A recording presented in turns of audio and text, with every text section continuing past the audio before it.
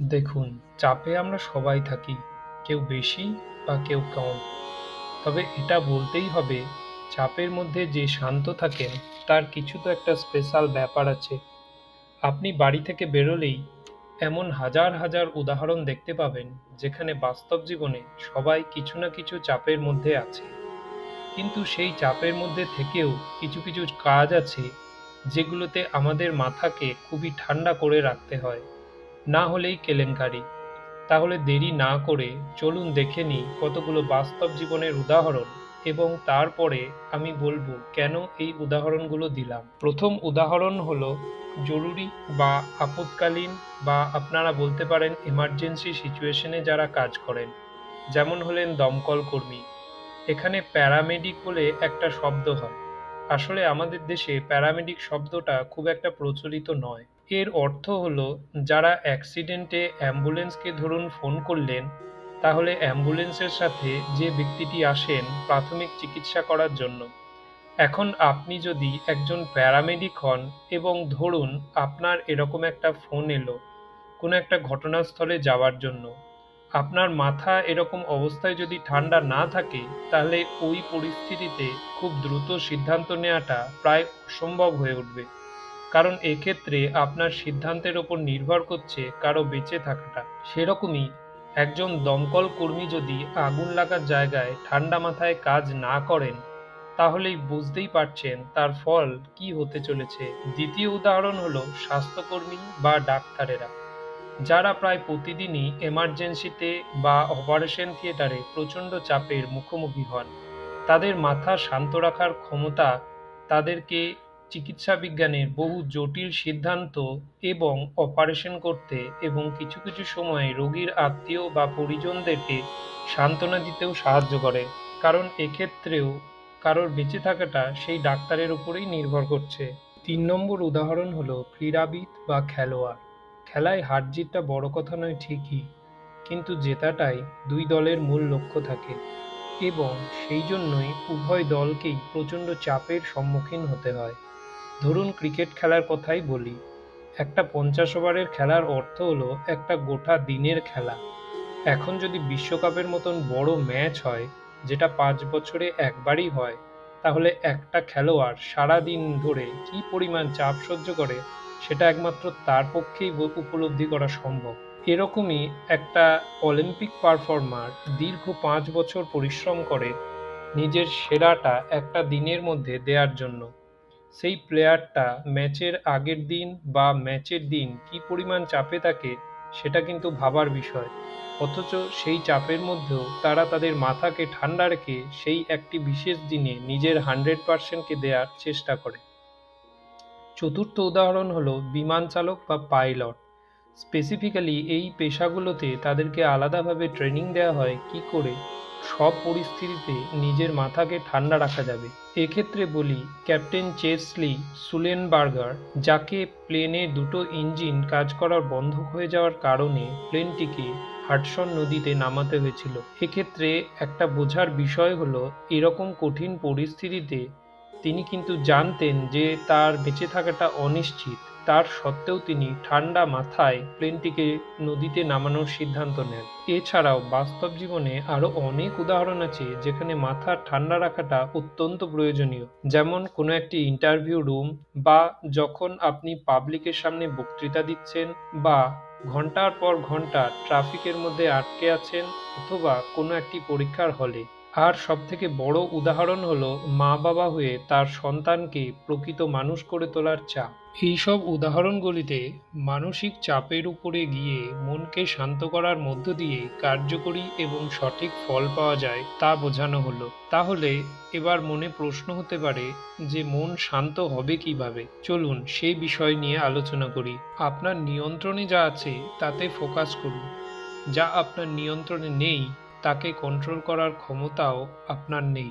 তাই তার চিন্তা বাদ দিন, পরিবর্তে নিজের কাজ এবং সিদ্ধান্তের উপর মনোনিবেশ করুন। ধরুন দুর্ঘটনার মধ্যে যানজটে আপনি আটকে পড়েছেন। এরকম পরিস্থিতিতে আপনার পক্ষে কোনোভাবেই সেই পরিস্থিতিকে পরিবর্তন করা সম্ভব নয়।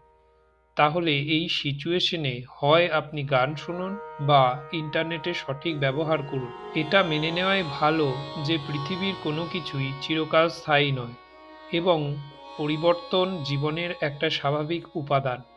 যেমন ধরুন, আপনার পোষা কুকুর বা বিড়ালটি যদি মারা যায়, তাহলে তাকে নিয়ে মনে অত্যধিক চাপ সৃষ্টি না করে আসল বাস্তব সত্যটাকে মেনে নেওয়াই উচিত। জীবনের বাধা বা প্রতিকূলতাকে মেনে নিতে শিখুন।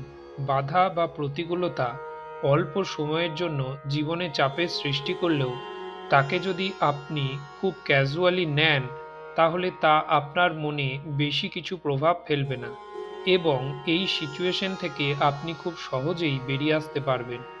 তীব্র ঝড়ের মধ্যে একটি গাছ যেমন শক্ত হয়ে তার শিকড়ের ওপর ভর দিয়ে দাঁড়িয়ে থাকে, সেরকমই নিজের সব ঝড়ে নিজের মনকে শক্ত করে দাঁড়িয়ে থাকার মধ্যেই আসল আনন্দ এবং জীবনের সার্থকতা। আপনি যদি কোনো জব ইন্টারভিউতে রিজেক্টেড হন, তাহলে সেই ইন্টারভিউর ব্যর্থতা থেকে শিক্ষা নিয়ে নিজেকে আরও বেটার জায়গায় নিয়ে যাওয়ার চেষ্টা করুন। হয়তো ভবিষ্যতে আরও কোনো ভালো চাকরি আপনার জন্য অপেক্ষা করছে। নিজের আচরণ এবং চিন্তাভাবনাগুলি নিয়ে বিবেচনা করার জন্য নিজের জন্য দিনে কয়েক মিনিট হলেও সময় বার করুন, অর্থাৎ নিজেকে আত্মবিশ্লেষণ করতে শিখুন। জীবনে অল্প সময়ের জন্য পাওয়া আনন্দের থেকে দীর্ঘ সময়ের জন্য পাওয়া আনন্দের ওপর জোর দিন। চলুন একটা উদাহরণ দিয়ে ধারণাটাকে একটু বোঝার চেষ্টা করি। বিরিয়ানি আমাদের সবারই পছন্দের, কিন্তু তা যদি আমরা রোজ খাই বা অধিক পরিমাণে খাই, তাহলে তার প্রভাব অবশ্যই আমাদের শরীরে পড়বে, যার ফলে হয়তো ভবিষ্যতে আপনাকে সবকিছু ছেড়ে শুধু সেদ্ধই খেয়ে যেতে হবে। আপনার কাছে যা আছে তার প্রতি নজর দিন, যা আপনার কাছে অপ্রয়োজনীয় তার প্রতি নয়। কারণ যা আপনার কাছে অপ্রয়োজনীয় তা যদি আপনার সাধ্যের বাইরে হয়, তাহলে তা আপনার মনের মধ্যে একটা নেগেটিভ ইম্প্যাক্ট তৈরি করে।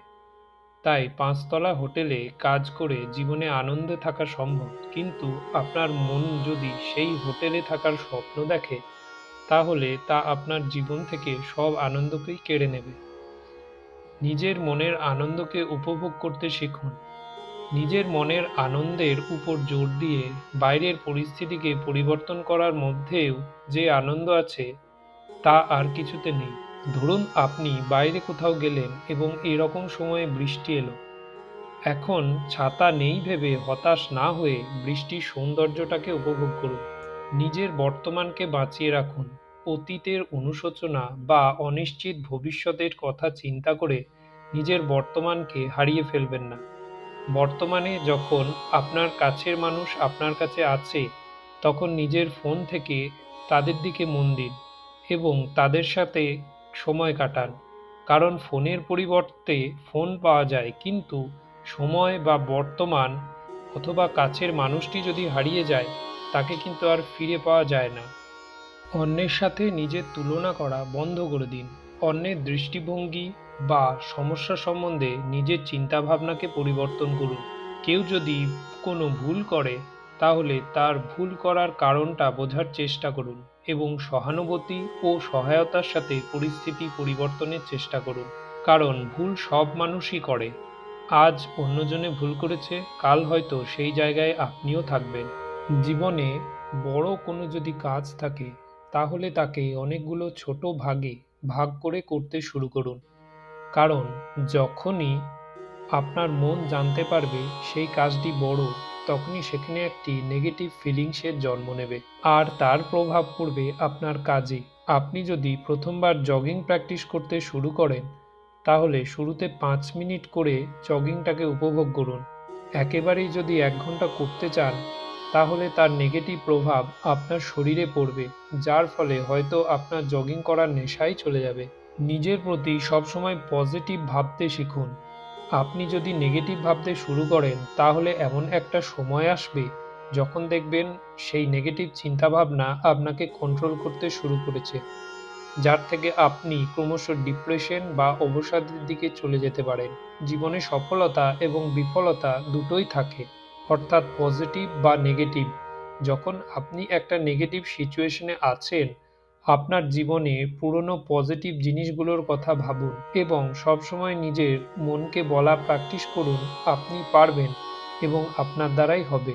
জীবনে সময়ের মূল্য দিতে শিখুন। যে কাজ যে সময়ে করা উচিত সেটাকে সেই সময়েই করে ফেলুন। চাপকে নিয়ন্ত্রণ করার সবথেকে বড় উপায় হলো মেডিটেশন বা যোগব্যায়াম করা। হয়তো শুরুতে আপনার ভালো লাগবে না বা আপনি সময় দিতে পারবেন না, কিন্তু এটাকে যদি আপনি আপনার নেশায় পরিবর্তন করেন, তাহলে দেখবেন তা আপনার জীবনকেও পরিবর্তন করে ফেলেছে। সবার শেষে বলি, হাসি খুশি থাকার চেষ্টা করুন।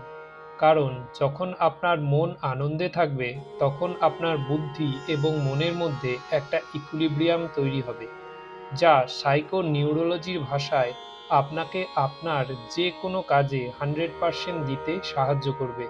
হাসিখুশি থাকার অর্থই হলো কাজের থেকে তৈরি হওয়া চাপ বা টেনশনকে অনেকাংশে কমিয়ে ফেলা, যা আপনার ব্রেনকে সম্পূর্ণভাবে ওই কাজটির প্রতি ফোকাস থাকতে সাহায্য করবে, যার ফলে সেই কাজের ভুল ত্রুটি হওয়ার সম্ভাবনাও অনেক কমে যাবে।